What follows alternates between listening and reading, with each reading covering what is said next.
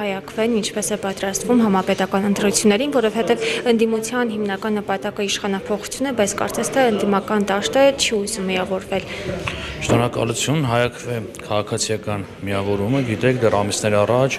Ծիծեռնակաբերդում հայտարարեցինք, որ մենք հայտարարում ենք լայն կոնսոլիդացիա քաղաքական ուժերի, ու նաև նշեցինք այն քաղաքական ուժերի, որոնք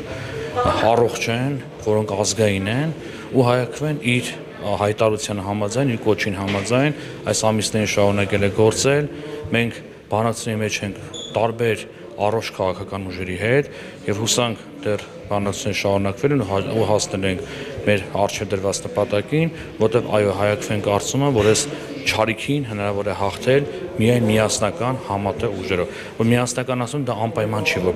բոլորը մեկ դաշինքի մեջն են, այլ միասնական համատեղ ընդդիմադիր առողջ ուժերի պայքար, թե ինչպիսի դաշինքներ կլինեն, ինչ կլինի դա կյանքը ցույց կտա, բայց գիտեմ, որ այս պահին շարունակում են բանակցությունները, շարունակում են քննարկումները եւ մեծ հույս ունեմ, որ վերջում հաջողելու է ամեն ինչ։ Առ այս պահ որ ուժերի հետ եք քննարկումներ ունեցել եւ ինչ հարցերի շուրջ, որ քաղաքական ուժերի հետ եք ընդհանուր հայտարարելի եկել։ Որպես քաղաքական առողջ միավոր մենք բոլոր առողջ ուժերի հետ բանակցությունների մեջ ենք եղել, շարունակում ենք լինել, որովհետև բոլորիս նպատակը կարծում եմ այս չարիքին հեռացնելն է, Հայաստանը ազատագրելն է։ Այս բան հաշվառելով նաև որոշակի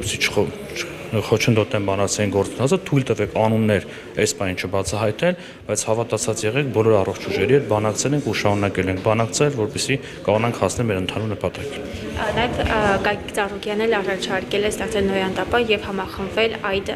տապանի շուրջ։ Դուք պատրաստվում եք ինչը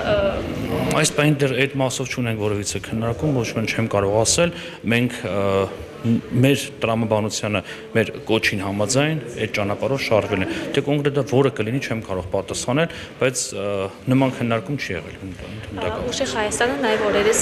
ներկայացրեց, որ վարչապետի իրենց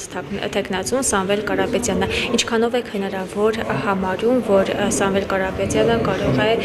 կալանքի տակ գտնվելով, որ անգամ չի կարողանում ցուցակում ընդգրկվել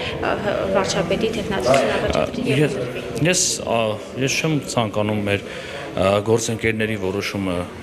քննարկման դարձնել, որտեղ դա իրենց ընտրած ճանապարհն է, իրենք են ընտրել ճանապարհը, դրանք իրենք այդ լուծումները առաջարկում են, որ դա հնարավոր է այս ճանապարհով, ու իրենք իրենց ռազմավարությունը, մարտավարությունը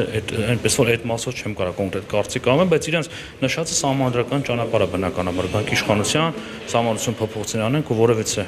բան այս մասով չեմ կարող։ Իմ կարծիքով դա սահմանադրական ճանապարհ է, որ իրենք ընտրել են ու դա իրենց ընտրած մարտավարությունն է։